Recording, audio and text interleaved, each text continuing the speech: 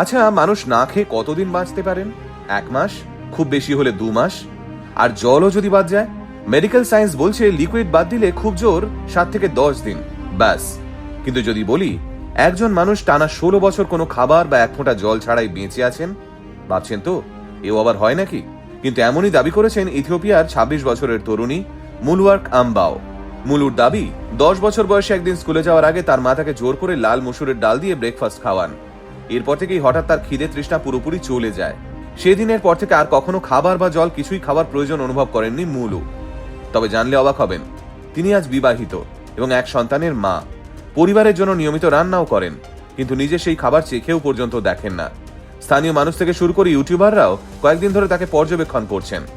এমনকি দুবাইয়ের মতো দেশে তার শারীরিক পরীক্ষাও হয়েছে, কিন্তু এই ঘটনার নির্দিষ্ট কোনো বৈজ্ঞানিক ব্যাখ্যা এখনো পাওয়া যায়নি। তবে এখানেই সবচেয়ে গুরুত্বপূর্ণ কথাটা হলো, আধুনিক চিকিৎসা বিজ্ঞান এই দাবিকে সত্যি বলে স্বীকার করে না। কারণ মানুষের শরীর খাবার বা জল ছাড়া এত বছর বেঁচে থাকতে পারে এমন কোনো পিয়ার রিভিউড বৈজ্ঞানিক প্রমাণ আজও মেলেনি।